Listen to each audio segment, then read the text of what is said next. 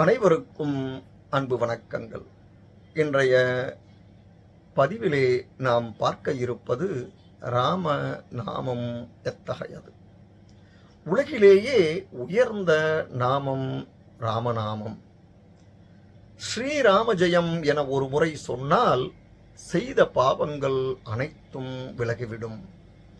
ராமபிரான் இலங்கைக்கு செல்வதற்காக வானரங்கள் பாலம் அமைத்துக் கொண்டிருந்தன. எல்லா வானரங்களும் கற்களை தூக்கி கடலுக்குள் போட்டன. ஒவ்வொரு கல்லும் மற்றொரு கல்லின் மீது சரியாக அமர்ந்தது. ஆஞ்சநேயர் அந்த பணியை மேற்பார்வையிட்டுக் கொண்டிருந்தார். ராமபிரானும் இதை கவனித்துக் கொண்டிருந்தார். அவர் மனதிலும் ஒரு ஆசை ஏற்பட்டது. நாமும் இந்த வானரங்களுடன் இணைந்து கல்லை தூக்கி போட்டால் என்ன என கருதியபடியே ஒரு கல்லை எடுத்து கடலுக்குள் போட்டார்.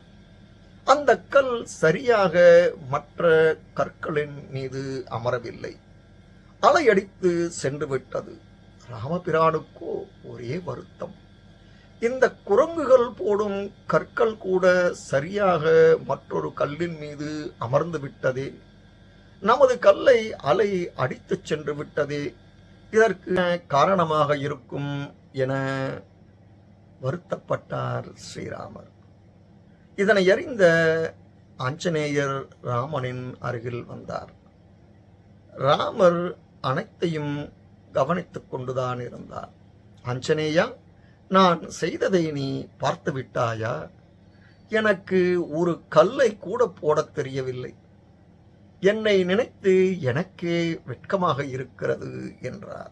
அதற்கு ஆஞ்சநேயர், ஸ்ரீராமா, மற்ற குரங்குகள் எல்லாம் ஸ்ரீ ராமஜெயம் என்ற உன் நாமத்தை சொல்லிக்கொண்டே கற்களை தூக்கி போட்டன. அவை சரியாக அமர்ந்தது. நீ ராமனாகவே இருந்தாலும் ராமஜெயம் சொல்லிக்கொண்டே போட்டிருந்தால் அது சரியாக அமர்ந்திருக்கும் என்றானார். பார்த்தீர்களா ராம நாமத்தின் மகிமை எப்படிப்பட்டது என்பதை. ஆகவே தினமும் ராமநாமத்தை ஜபிப்போம். அவரின் அருளால் எல்லா வளமும் நலமும் பெற வாழ்த்துகிறேன். நன்றி, வணக்கம்.